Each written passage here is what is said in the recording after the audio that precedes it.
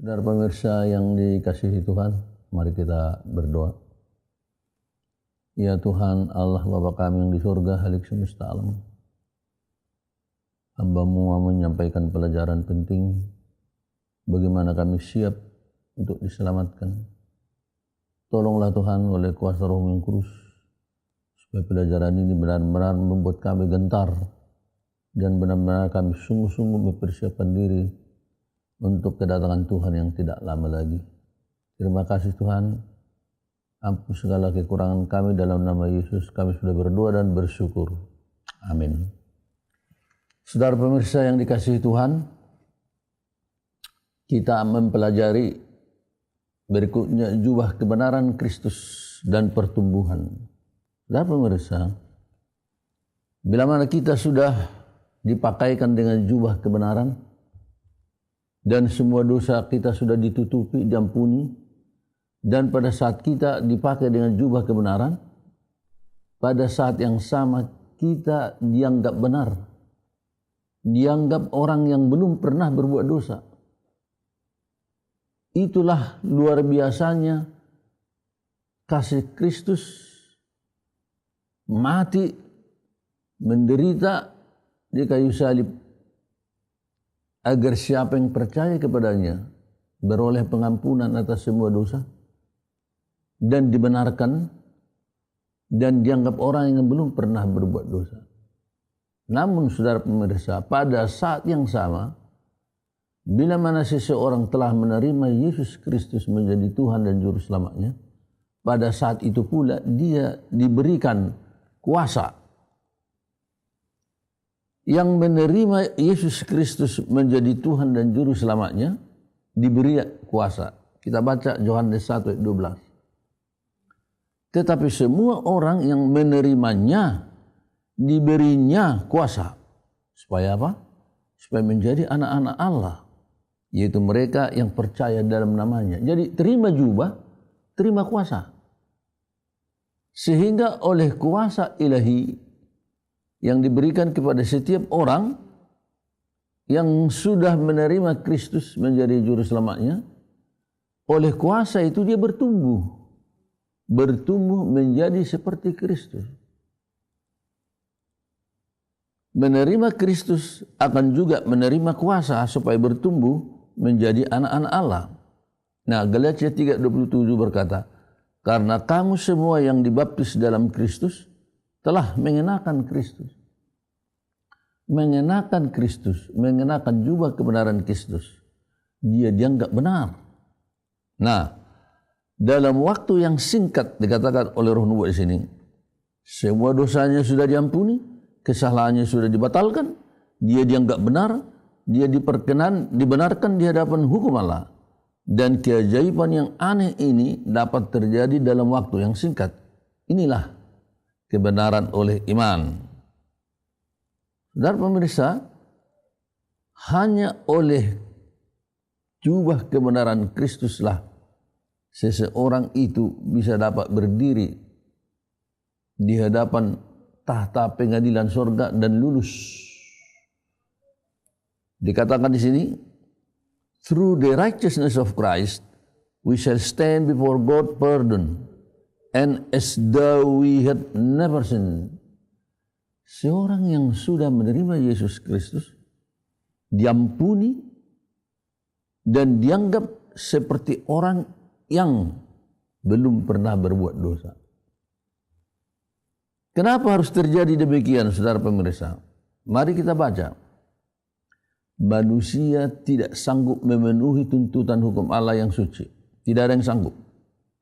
Tetapi Kristus sudah datang ke dunia ini sebagai manusia, menghidupkan satu kehidupan yang suci, mengembangkan tabiat yang sempurna. Inilah yang dia sudah berikan dengan bebas sebagai satu pemberian yang cuma-cuma kepada semua orang yang percaya. Di Zaropejis 7:62. Tidak ada seorang manusia yang sanggup menurut lengkap 10 hukum. Tuhan tahu jelas bahwa itu tak mungkin kita lakukan orang berdosa ini. Maka dia datang dan mati. Sehingga oleh kematiannya itu kita dibenarkan Dan dikatakan menerima Kristus, menerima tabiat yang sempurna. Inilah yang diberikan bebas sebagai satu pemberian yang cuma-cuma hanya oleh iman. Jadi tidak ada seorang manusia yang sanggup memenuhi tuntutan hukum Allah. Ini kembali dijelaskan dalam Filipi 3:9. Dan berada di dalam dia bukan dengan kebenaran pun sendiri karena mentaati hukum Taurat, melainkan dengan kebenaran karena kepercayaan kepada Kristus, yaitu kebenaran yang Allah anugerahkan berdasarkan kepercayaan. Kita dibenarkan oleh iman, sehingga kita dibenarkan dengan kebenaran Kristus. Dan oleh kebenaran Kristuslah kita dapat berterima di hadapan Allah. Kalau begitu, saudara pemirsa, perlu kita tahu tentang jubah kebenaran Kristus ini. Kita baca Yesaya 61:10. Aku bersukaria di dalam Tuhan, kata Nabi Yesaya. Jiwaku bersorak-sorai di dalam Allahku. Kenapa? Sebab ia mengenakan pakaian keselamatan kepadaku dan menyelubungi aku dengan jubah kebenaran. Salah satu hal yang paling membahagiakan orang berdosa adalah dipakai dengan jubah kebenaran Kristus. Itu makanya Nabi Yesaya berkata, aku bersukaria, jiwaku bersorak-sorai, karena aku dipakai dengan pakaian keselamatan. Diselubungi aku dengan jubah kebenaran. Kata Nabi Yesaya. Sehingga Roh Nubuat jelaskan, mereka sudah bertobat, mereka sudah menerima kebenaran Kristus, mereka kemudian berdiri di hadapan Allah menjadi orang-orang yang benar, terpilih sebagai orang yang tidak berdosa, orang yang sempurna, seperti orang-orang yang belum pernah berbuat dosa. Testimonies to Minister halaman 40. Dan bila mana orang menerima Kristus, katakan Ibrani 8:12, sebab aku akan menaruh belas kasihan terhadap kesalahan mereka dan tidak lagi mengingat dosa-dosa mereka. Yang menerimanya Kristus menerima kuasa supaya mereka bertumbuh menjadi anak-anak Allah. Yohanes 1:12. Sehingga dengan menerima jubah kebenaran ini, menerima kuasa ilahi, timbul di dalam diri kita kebencian terhadap dosa. Mazmur 97:10. Hei orang-orang yang mengasihi Tuhan, bencilah kejahatan. Orang yang menerima Kristus, menerima kuasa Kristus, timbul kebencian terhadap dosa dan kejahatan. Ini diberikan Tuhan, ditanamkan Tuhan di dalam hati orang yang percaya itu. Kebencian terhadap dosa. Dikatakan dalam Kejadian 3:15, aku Tuhan mengadakan permusuhan antara engkau, ular dan perempuan ini. Jadi Tuhanlah yang menanamkan di dalam diri kita permusuhan terhadap ular, permusuhan terhadap kejahatan, permusuhan terhadap semua agen-agen ular. Tuhan yang menanamkan kebencian. Mazmur 36:3. Sebab ia membujuk dirinya sampai orang mendapati kesalahannya dan membencinya. Kesalahan-kesalahan kita, hal-hal yang bertentangan dengan kehendak Tuhan, kita benci. Tuhan menanamkan kebencian terhadap dosa dan kejahatan. Dikatakan bagaimana Tuhan bekerja di dalam hati orang bertobat itu? Melalui rahmat ilahi, kuasa supranatural bekerja di dalam hati, bekerja dalam pikiran, sehingga berubahlah apa? Tabiat. Tuhan menanamkan kuasa ilahi, kuasa dan rahmat ilahi yang mengubah dan menguduskan. Di dalam diri kita, kecenderungan kepada yang salah. Kita lahir mencintai dosa, tetapi Tuhan datang menanamkan oleh kuasa ilahinya sehingga kita membenci akan apa? Dosa-dosa tersebut. Dijelaskan kembali di sini, dosa dapat dilawan dan ditaklukkan hanya melalui kuasa oknum ketiga dari kealahan, adalah melalui roh suci sehingga hati disebut murni, menjadi seorang yang turut ambil bagian dalam keadaan ilahi. Saudara pemirsa, itu makanya kita harus tahu bagaimana peranan Roh Kudus dalam mengubah sifat dan tabiat kita. Perlu kita selalu meminta. Mintalah, kata Yesus. Mintalah Roh Kudus, akan dikasih. Tetapi banyak orang tidak mengerti apa gunanya Roh Kudus. Sebab satu-satunya yang dapat mengalahkan dosa, menimbulkan kebencian terhadap dosa adalah apa? Roh Kudus. Mari kita selalu meminta pertolongan Roh Kudus setiap waktu, setiap saat. Karena hanya dengan tinggalnya Roh Kudus kita dapat mengalahkan dosa. Dan oleh kuasa itu kita diminta melakukan apa? Pertobatan setiap hari. Coba saudara baca. Kita dapat dilayakkan untuk surga hanya perantaraan pekerjaan Roh Kudus pada hati. Kita perlu diubahkan setiap hari oleh pengaruh Roh Kudus. Diubahkan setiap hari oleh apa? Pengaruh Roh Kudus. Jadi sangat penting kita meminta terus-menerus kehadiran Roh Kudus itu supaya terjadi apa? Perubahan, pertumbuhan, kemenangan terhadap dosa. Nah, dikatakan agama itu apa artinya? Agama artinya abiding of Christ in the heart. Agama artinya Kristus tinggal di dalam hati kita. Bila mana Kristus tinggal ada di dalam diri kita, dikatakan satu hal yang pasti, apa itu? Ever growing in grace. Terus bertumbuh. Bertumbuh di dalam rahmat. Bertumbuh di dalam kuasa. Bertumbuh menuju ke mana? Ever going on to perfection. Makin hari makin sempurna. Jadi saudara pemirsa, ingatlah bahwa ini penting kutipannya. Agar jubah kebenaran itu tetap lengket dan milik kita, dikatakan, in order that we may have the righteousness of Christ, we need daily to transport. Supaya jubah itu tetap menjadi milik kita, kita harus daily to be transport. Setiap hari mengalami perubahan. Bertumbuh. Bagaimana bisa seseorang bertumbuh? Oleh tinggalnya Kristus di dalam kita. Oleh jubah kebenaran yang dipakai oleh seseorang. Membuat dia menerima di sini partakers of divine nature. Memiliki sifat ilahi. Jadi jubah kebenaran itu pasti milik seseorang kalau apa? Kalau bertumbuh. Kalau tidak ada pertumbuhan, tetapi dia merasa sudah dibenarkan, sudah diselamatkan, itu satu hal penipuan. Penipuan diri sendiri. Tetapi bila mana orang tetap memakai jubah itu, harus ada apa? Pertumbuhan.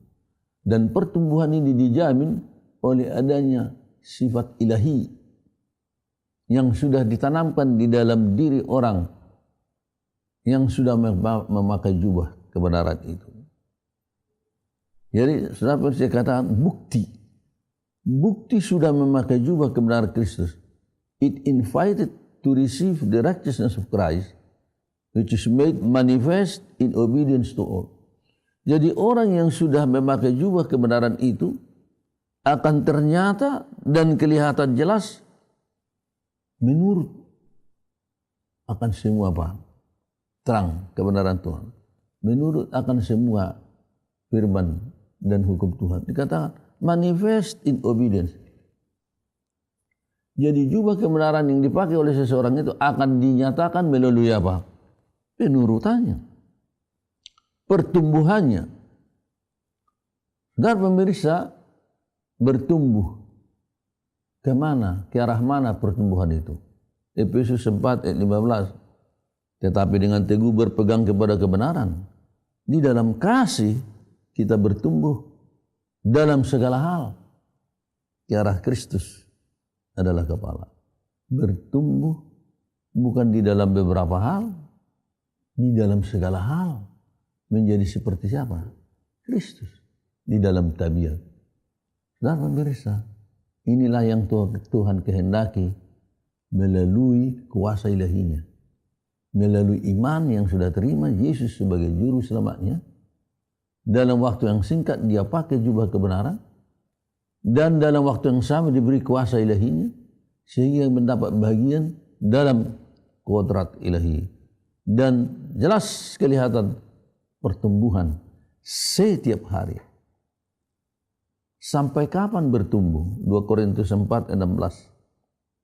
Sebab itu kami tidak tawar hati. Meskipun manusia lahir kami semakin merosot, semakin tua, namun manusia batinnya kami dibaharui dari sehari ke sehari. Saudara pemirsa, ya kita makin hari makin tua. Tubuh kita makin lemah, banyak penyakit. Tetapi di dalam hal batinnya dikatakan tidak tawar hati. Manusia batinnya kami dibaharui dari sehari ke sehari. Jadi artinya kerohaniannya, semangatnya untuk mengikut Tuhan, kerinduannya untuk menunggu kedatangan Tuhan semakin besar, semakin bergairah. Inilah kekuatan Roh Kudus yang bekerja di hati setiap orang yang sudah memakai jubah kebenaran. Pemazmur berkata dalam Mazmur 92 ayat 13, pada masa tua pun mereka masih berbuah, menjadi gemuk dan segar untuk memberitakan bahwa Tuhan itu benar, bahwa Ia gunung batuku, tidak ada kekurangan padanya. Pada masa tua. Jadi sudah pensiun, sudah tua, tetapi dikatakan kalau mau memberitakan bahwa Tuhan itu benar, dia jadi apa? Segar. Terus mereka berbuah menjadi gemuk dan segar untuk memberitakan bahwa Tuhan itu benar. Kenapa bisa demikian? Karena dikatakan dengan hubungan kita dengan Tuhan setiap hari. Sehingga dikatakan hubungan setiap hari ini kita lakukan dengan doa. Pagi-pagi benar, hari masih gelap. Yesus pergi ke tempat yang sunyi untuk berdoa. Markus 1:35. Yesus bangun pagi-pagi, pergi di tempat yang sunyi, mengadakan doa subuh kepada Bapaknya. Bagaimana dengan kita? Mazmur 119 ayat 147. Merenungkan firman pada pagi hari dan berteriak, berseru, berdoa sungguh-sungguh. Pagi hari mengambil waktu untuk bersekutu dengan Tuhan. Itu makanya kita diajarkan dalam nasihat bagi sidang membuat renungan pagi dan apa? Renungan sore.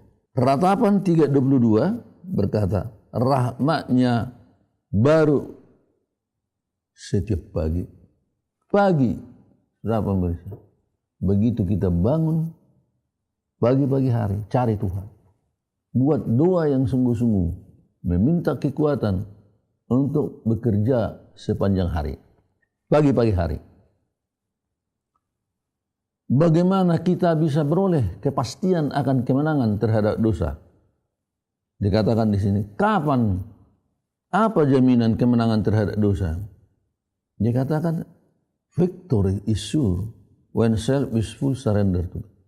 Jadi kemenangan itu pasti terhadap dosa. Kalau kita sudah membuat penyerahan total. Memang benar, orang yang sudah pakai jubah itu bertumbuh. Manusia dalam pertumbuhannya mencapai kesempurnaan, ya tentu juga jatuh bangun. Tetapi besok tidak jatuh lagi. Karena dia sudah mempunyai penyerahan total, akhirnya dikatakan Victory is sure. Kemenangan itu pasti. Yakin. Jadi kalau kita hari ini jatuh, pastikan besok nggak jatuh lagi. Kalau besok jatuh, pastikan lusa nggak lagi. Itulah perjuangan kita sehingga tiba satu saat kita tidak jatuh lagi. We shall receive the outpouring of the Spirit of God. Kapan kita menerima kecurahan Roh Kudus itu? When we must walk in full obedience. Bila mana kita sudah menurut semua aturan-aturan kita. Jadi rupanya kecurahan Roh Kudus ini ada syaratnya. Syaratnya apa? Sudah menurut. Dari mana kita kuat menurut? Dari penyerahan total tadi. Dengan penyerahan total, kemenangan pasti. Saudara, dikatakan di sini, setelah dimeteraikan, mereka akan menerima hujan air. Jadi, kita sekarang bertumbuh. Bertumbuh, mungkin jatuh bangun, sampai besok tidak jatuh lagi. Pada saat kita tak pernah jatuh lagi, disitulah disebut kita sudah dimeteraikan. Settle unto the truth, dikatakan. Sudah settle kepada kebenaran, never move anymore. Tidak pernah jatuh lagi. Dimeteraikan. Dan setelah dimeteraikan, Roh Nubuat mengatakan 2 Timotius 6:9 ini, mereka menerima kepenuhan roh hujan akhir. Saudara pemirsa, inilah pentingnya sekarang kita bertumbuh. Bertumbuh. Pastikan jubah itu milik kita kalau kita apa? Bertumbuh. Bertumbuh di dalam tabiat. Kita baca ini. Tabiat Kristus merupakan karcis masuk surga. Bukan uang atau tanah atau jabatan. Tetapi mempunyai tabiat seperti Kristuslah yang membukakan pintu gerbang Firdaus bagi kita. Bukan keagungan, bukan pencapaian intelek yang memenangkan mahkota yang kekal bagi kita. Hanyalah kerendahan hati, kelemah lembutan bagi mereka yang telah membuat Allah berkarya dan terima anugerah itu. Saudara pemirsa, penekanannya sekarang adalah tabiat. Bukan kepintaran, bukan pendidikan, bukan jabatan, bukan keagungan, tabiat. Tabiat seperti Kristus. Inilah karcis. Banyak kali orang tua menekankan kepada anak-anaknya supaya mendapat pendidikan yang tinggi, supaya mendapat gaji yang besar, supaya mendapat kehormatan dari dunia. Tapi di sini firman Tuhan mengatakan, tabiatlah satu-satunya karcis untuk masuk ke dalam surga. Saudara, iman kita berbeda-beda, karena iman itu juga pemberian. Pekerjaan kita berbeda-beda, jabatan dan pelayanan beda, tapi satu standar tabiat, satu standar tabiat saja menentukan satu standar tabiat untuk masuk surga. Tabiat seperti Kristus. Jadi tabiat inilah yang ditunggu Tuhan untuk dapat kita produksikan, kita hidupkan di dalam kehidupan setiap umat. Dikatakan, when the character of Christ shall be perfectly reproduced in his people. Bila mana tabiat Kristus sudah dipantulkan dengan sempurna di dalam diri umat-umat Tuhan, terus apa yang jadi? Then he will come. Dia akan datang segera. Jadi kenapa Yesus belum datang? Karena tabiat ini belum benar-benar kita perhatikan. Karena panjang sabar Tuhan. Tuhan tidak menghendaki seorang pun binasa. Ditunggu umat ini sampai batas kesabaran habis. Jadi saudara pemirsa, yang membuat cepat datangnya Tuhan adalah tabiat umatnya. Dikatakan, when the character of Christ shall be perfectly reproduced in his people, bila mana tabiat Kristus sudah dipantulkan sempurna di dalam diri umatnya, then he will come to claim them as his own. Baru dia datang menuntut, ini umat milikku. Tabiat. Apakah umat Tuhan sekarang memfokus mempercepat kedatangan Tuhan melalui tabiat. Di sini setan bisa berhasil membelokkan umat Tuhan dari hal yang terpenting mempercepat kedatangan Tuhan. Tabiat kita. Sudah dikatakan, syarat yang terpenting mempercepat kedatangan Tuhan adalah tabiat. Oleh sebab itu, Roh Nubuat menegaskan, lebih penting dari segala bentuk bisnis atau usaha apapun adalah pembentukan tabiat. Child guidance ini. Bisnis di atas segala bisnis, tabiat dibentuk. Inilah bisnis umat Tuhan sekarang. Pembentukan tabiat. Karena inilah merupakan apa? Karcis masuk surga. Namun saudara pemirsa, dengar baik-baik. Saya dapati, kata Sister Wright, sangat penting untuk mengetahui bahwa saya masih tetap menjadi orang berdosa. Walaupun saya tidak melakukan satu pelanggaran yang saya ketahui itu dosa. Kenapa? Karena tanpa jubah kebenaran yang tak bercacat ini kita hilang. Jadi dosa-dosa kita sejak kita lahir tetap ditutupi oleh jubah kebenaran itu. Jadi hanya oleh karena jubah itulah kita apa? Layak. Jadi walaupun kita sekarang merasa sudah menang terhadap semua dosa, kita tetap merendah, mengakui ketidakberlayakan kita hanya oleh karena kemurahan saja. Jubah kebenaran Kristus itu. Saudara pemirsa, mari kita camkan jubah dan pertumbuhan adalah merupakan satu paket, tidak bisa dipisahkan. Orang yang pakai jubah harus bertumbuh. Dan tujuan pertumbuhan itu pemeteraian. Dan bila mana seseorang dimeteraikan, dia menerima kecurahan hujan air. Semoga pelajaran ini boleh menolong kita mengerti sekarang ini harus bertumbuh. Menjadi satu jaminan seseorang sedang memakai jubah kebenaran Kristus. Mari kita berdoa. Terima kasih Tuhan, supaya jelas bagi kami bahwa jubah kebenaran itu memberikan kepada kami juga kuasa ilahi, supaya kami bertumbuh menjadi anak-anak Allah. Dan pertumbuhan ini menjadi satu bukti seseorang sedang memakai jubah kebenaran. Dan akhirnya pertumbuhan itu tiba pada satu puncak, kami memiliki tabiat seperti Kristus. Dan bila mana kami memiliki tabiat Kristus, kami menang terhadap semua dosa dan pelanggaran. Pada saat itulah Tuhan siapkan umat-Mu menerima kecurahan hujan akhir yang menyelesaikan Injil ke seluruh dunia dengan kecepatan halilintar. Dengarlah suruhan kami, biarlah Tuhan tolong kami lebih mengerti akan hakikat keselamatan ini, supaya kami benar-benar mempersiapkan diri berjuang mati-matian untuk mengalahkan dosa dan kejahatan dengan kuasa dan pertolongan Roh Kudus saja. Dengarlah suruhan kami Tuhan, kami sudah berdoa dan bersyukur dalam nama Yesus, Juru Selamat kami. Amin.